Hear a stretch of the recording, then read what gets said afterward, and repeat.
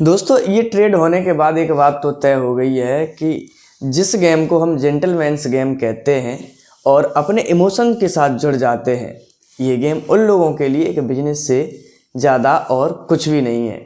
ये IPL history में पहली बार नहीं हुआ है कि जिसमें संजू सैमसन और रविंद्र जडेजा जैसे खास प्लेयर्स को या तो यूं ही जाने दिया है या फिर ट्रेड करके इधर से उधर कर दिया गया है। फिर चाहे उस प्लेयर ने अपनी सारी जवानी देकर उस फ्रेंचाइज को जवान करने में लगा दी हो, लेकिन फिर भी एक वक्त आने पर उस फ्रेंचाइज ने उस खिलाड़ी के बारे में जरा भी नहीं सोचा। बिना कोई विचार किए अपने फ़ायदे के बारे में सोचकर, उस प्लेयर के इमोशन के बारे में न सोचकर उसे ट्रेड कर दिया या फिर रिलीज़ कर दिया या फिर दोबारा से अपनी टीम के साथ में नहीं जोड़ा। तो आइए आज के इस खास एपिसोड में हम उन प्लेयर्स की बात करेंगे जिन्होंने या तो अपनी सारी जवानी या तो अपना पूरा कैरियर डेडिकेट करके उस फ्रेंचाइज को दे दिया, लेकिन जब वक्त आया उसे बैक करने का तो उस फ्रेंचाइज ने उसे या तो रिलीज़ कर दिया या फिर यूं ही जाने दिया। सुरेश रैना, जिसे लोग मिस्टर आईपीएल या फिर चिन्ना थाला के नाम से भी जानते हैं, ये वो प्लेयर था जिसने सीएसके को ब्रांड सीएसके बनाने में अहम योगदान दिया था। जहां एक तरफ धोनी का दिमाग चलता था, वहीं दूसरी ओर सुरेश रैना का बल्ला चलता था। ये वही प्लेयर था जिसने आईपीएल में सबसे पहले 5000 रन बनाए थे। ये वही प्लेयर था जिसने 2014 में मात्र 25 गेंदों में 87 रनों की पारी खेलकर चेन्नई सुपर किंग्स को प्लेऑफ्स की दौड़ में सबसे आगे पहुंचा दिया था। चेन्नई सुपर किंग्स के लिए ये एकमात्र खिलाड़ी है जिसने अब तक 5000 रन या उससे ज़्यादा रन बनाए हैं। बावजूद उसके इस प्लेयर के साथ में चेन्नई सुपर किंग्स ने क्या किया, मात्र 2 सीजन फेल हो जाने के बाद इस प्लेयर को चेन्नई सुपर किंग्स ने बड़े ही आसानी से रिलीज़ कर दिया और उसके बाद सिंगल टाइम भी बोली नहीं लगाई और इस प्लेयर को यूं ही ख़राब हो जाने दिया।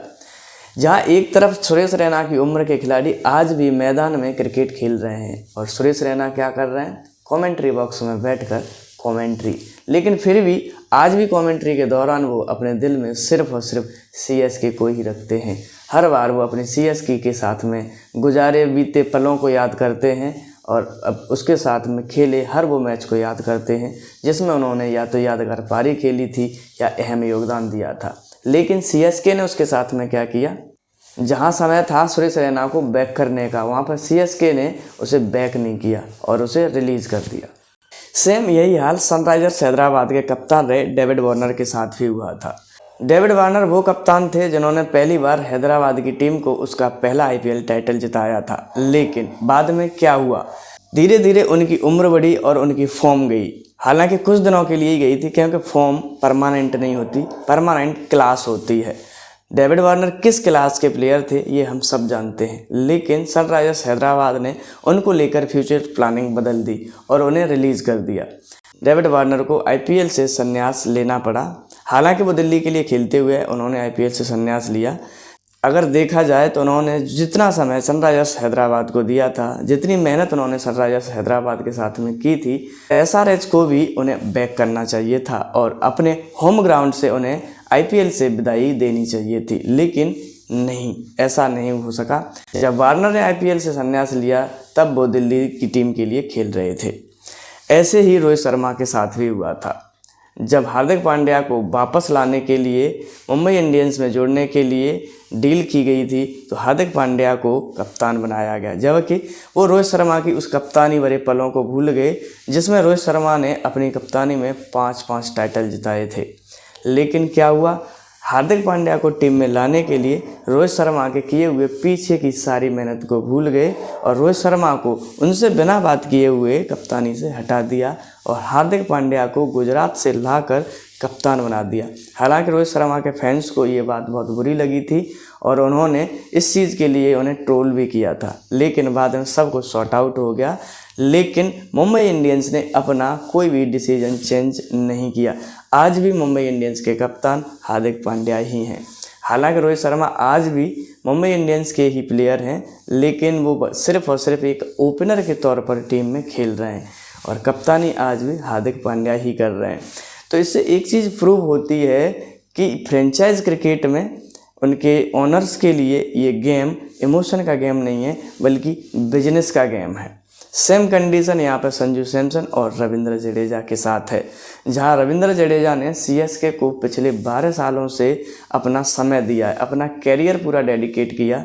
और चेन्नई के लास्ट टाइटल की बात करें जो कि 2023 में जीता था, उसमें विनिंग शॉट तो रविंद्र जडेजा के बल्ले से ही था। आपको याद हो मोहित शर्मा की अंतिम 2 गेंदों में 10 रन बनाकर रविंद्र जडेजा ने चेन्नई सुपर किंग्स को 5वीं बार आईपीएल में ये खिताब जिताया था। लेकिन रविंद्र जडेजा के इतने दिए हुए डेडिकेशन को सब कुछ भुलाकर चेन्नई सुपर किंग्स उनसे आगे बढ़ गई है और उनके बदले में राजस्थान रॉयल्स से विकेट कीपर बल्लेबाज संजू सैमसन को ले लिया है।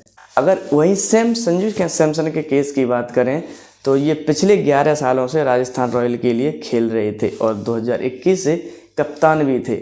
और विनिंग रेशियो की बात करें तो संजू सैमसन एकमात्र ऐसे खिलाड़ी हैं जो राजस्थान रॉयल के लिए सबसे सफल कप्तान बने हुए हैं। इनसे पहले सबसे सफल कप्तानों की श्रेणी में देखा जाए तो शेन वॉर्न थे, जिन्होंने आईपीएल का पहला टाइटल भी राजस्थान रॉयल को जिताया था। हालांकि उनके बाद में संजू सैमसन ही सबसे ज़्यादा समय तक बने रहने वाले कप्तान हैं, जिन्होंने टीम को एक बार फाइनल तक भी पहुंचाया है। हालांकि अनफॉर्चुनेटली वो फाइनल जीत नहीं पाए थे, लेकिन संजू सैमसन अभी भी एकमात्र खिलाड़ी हैं जिन्होंने राजस्थान रॉयल के लिए 4000 से ज़्यादा रन बनाए हैं। उनके अलावा कोई भी दूसरा प्लेयर नहीं है जिसने 4000 भी रन बनाए हों। राजस्थान रॉयल के मैनेजमेंट ने क्या सोचकर संजू सैमसन को जाने दिया, ये तो वही समझ सकते हैं। हालांकि ये हम लोग बाहर से समझ रहे हैं, सोच रहे हैं कि क्या हुआ होगा। हालांकि उनकी मैनेजमेंट से बात ज़रूर हुई होगी, बात नहीं बन पाई, तब उन्होंने संजू सैमसन से आगे जाने का फैसला किया है। अब जब संजू सैमसन चेन्नई सुपर किंग्स चले गए और रविंद्र जडेजा राजस्थान रॉयल में आ गए हैं तो 2 बड़े सवाल खड़े होते हैं। अब राजस्थान रॉयल्स का कप्तान कौन होगा? यशस्वी जायसवाल, रियान पराग या फिर चेन्नई सुपर किंग्स से गए रविंद्र जडेजा? दोस्तों आपको क्या लगता है, हमें कमेंट सेक्शन में ज़रूर बताएं।